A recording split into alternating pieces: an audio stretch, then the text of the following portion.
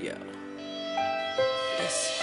You're asking me if I know what real love feels like. If I ever let anyone inside, you can't be serious, serious.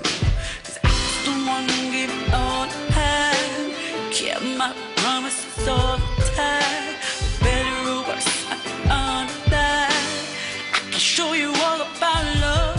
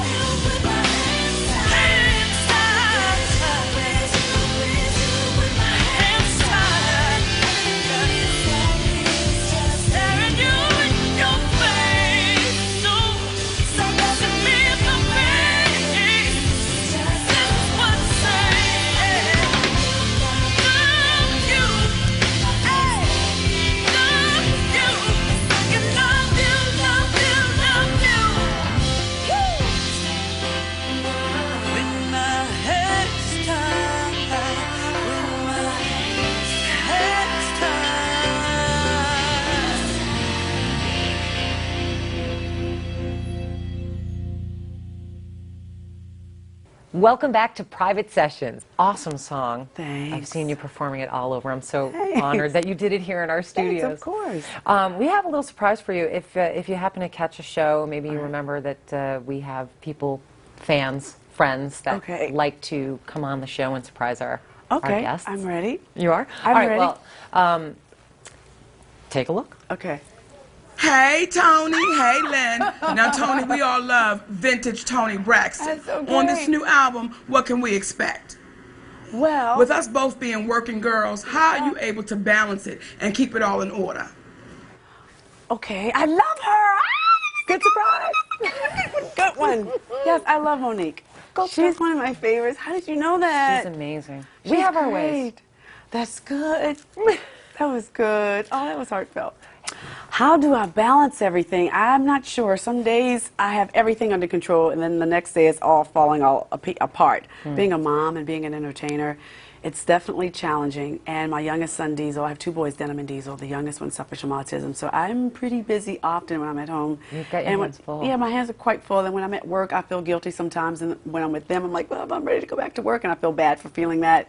You got to feed yourself, though, in order to be good for them. Exactly. You know. I tell myself that, but there are some days I'm having not so good a days, but I love doing what I do. I love being a mom, and I love performing, and it's the best feeling in the world. Awesome. And I think the other thing Monique wanted to know is what can we expect on the album? Well, let's see. What can you expect from this album? I think you can expect to have organic Toni Braxton. I was trying to do things that was indigenous of who I am as a performer, but at the same time I wanted to make it current. I wanted to make it like fashion. You have to be mainstream and change it up, but not so much where the people couldn't tell distinctively who I am as a performer. Right. So I think I did a good job at balancing it. Monique had mentioned something about balance, and you know, speaking of balance, on top of all the things that you had just mentioned, you're also the spokesperson for the American Heart Association and for Autism Speaks. Yeah.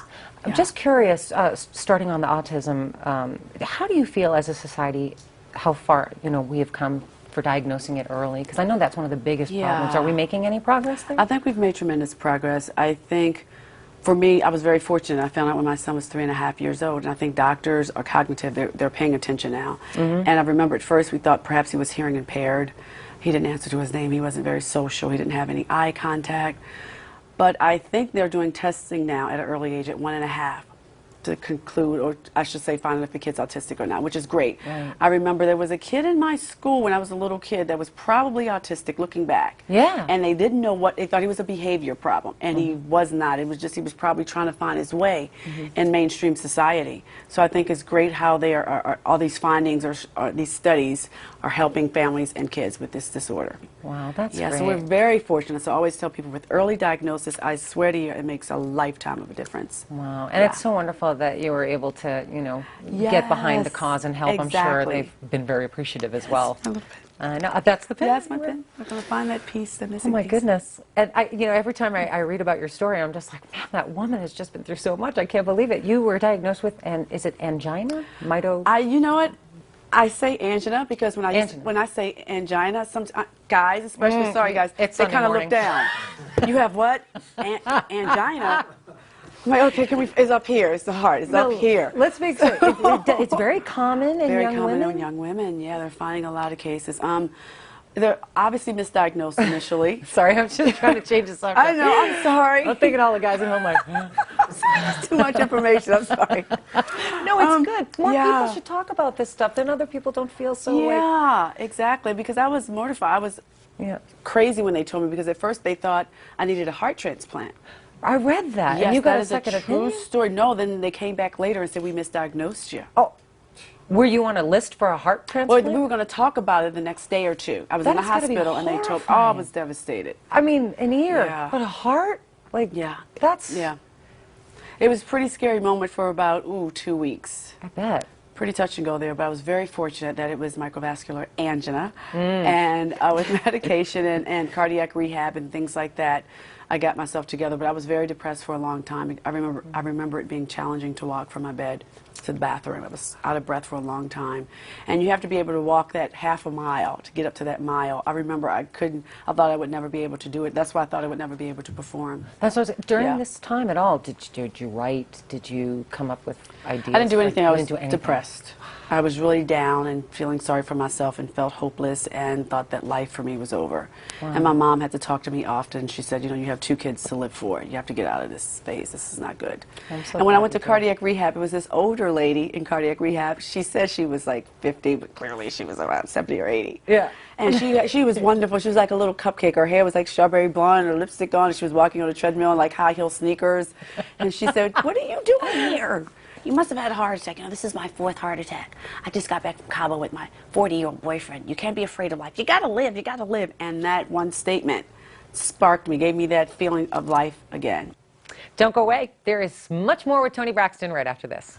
For an exclusive look behind the scenes at Toni Braxton's visit to our studio, just check out our website. Go to aetv.com/private sessions. So we have these lovely things that we love to have our guests sign. Yes, I would love to. For Starlight Starbright. I like the little pose. This is our 51st show. We taped our 50th. We made history today. We had the first time dancers on set, on our stage, our little humble loft here. You brought in dancers. A lot of room. It was so awesome. You totally brought our show to another level. So thank you. Oh, that's sweet.